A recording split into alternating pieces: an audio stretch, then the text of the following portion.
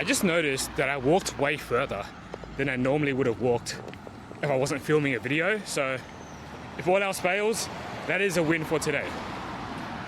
Turns out that when you're trying to make a vlog and you're going on your morning walk, you end up walking way further and getting more exercise if you're trying to film a YouTube video. Alrighty, so I'm just taking a morning country walk.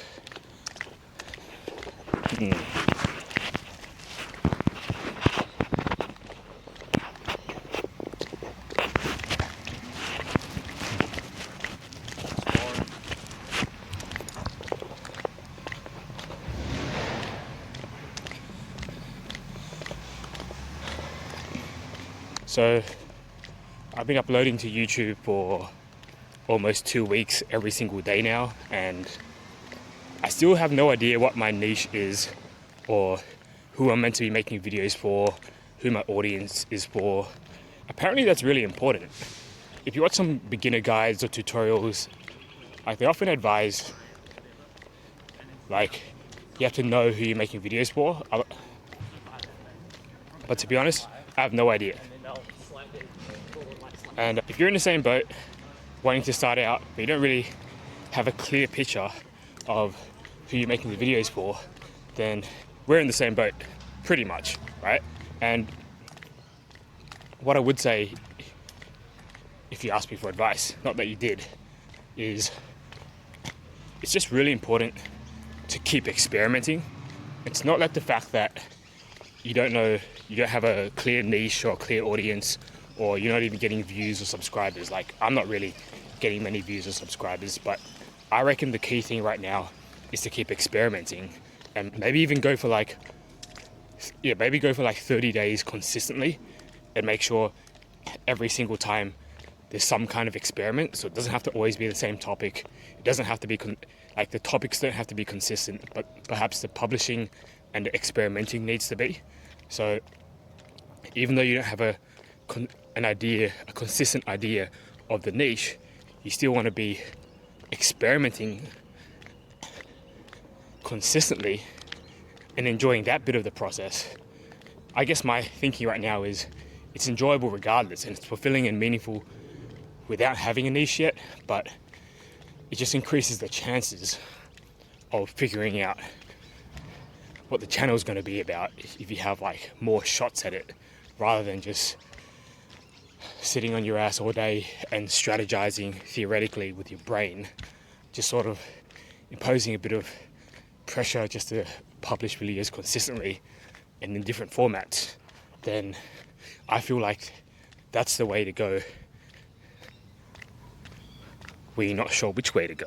Just keep experimenting and doing what you got to do that continuously, right?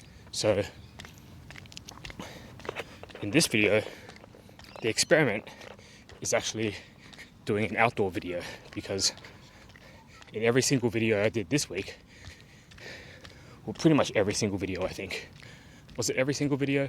Yeah, well, most videos were at home, but this video I'm doing it outdoor, and I was just curious to see how it would feel. And I feel like if there were many people around, then I would be very self-conscious. Someone actually just walked past me and I felt self-conscious for a few seconds, but then I just kept talking and I sort of stopped caring about it, which was quite interesting. And well, the thing is, in this case, I actually walked in the opposite direction, but I feel like if there were people coming at me, like if there were people walking towards my direction, I would feel it more. And it's somewhat scary, but it's only scary for like a second or two. But having said that, there's like no one here now, so it's still very easy.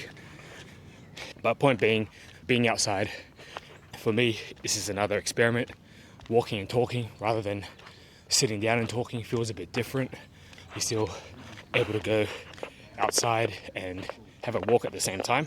And I don't know, at least for me, push myself psychologically a bit, because part of me cringes when I see other people, or contracts a bit when I see other people and I'm just holding the camera up.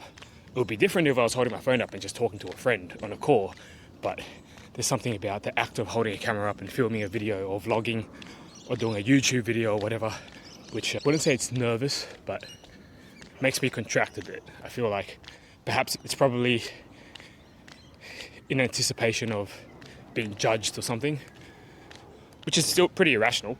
I reckon if I did it like 30 days in a row, or maybe even 7 days in a row, I might get over it, which I actually might try when I finish this 30-day streak. Maybe the next 30-day streak would just be a walk and talk video every day or something like that. But back to the point of the video is, I feel like experimentation, well, this is what I'm trying to tell myself at least. If I were to hypothetically experiment with high volume, I'm pretty sure the chances would be really high that the niche would reveal itself. But I don't know how much volume is enough. I don't think 30 days is enough. I think maybe 100 days would be enough, or 500 videos in a row. I'm pretty sure that would do the trick. So I feel like that's the trick at the moment, is to get all the volume in. So what's the moral of the story? The moral of the story is actually just to be consistent, but whilst you're being consistent, experiment and try something a bit different and get like that 0.00001% closer to figuring exactly what it is that you want to perhaps double down on, or what it is that the style is. Because if you're anything like me, it's too hard to figure out in your head. It's too hard to predict. It's too hard to like sort of look forward and sort of know what to do without trying it out hundreds of times or maybe even 1,000 times. So anyway, that's it for now. I'm going to continue enjoying my country walk in the city, and I'll catch you guys on the flip side.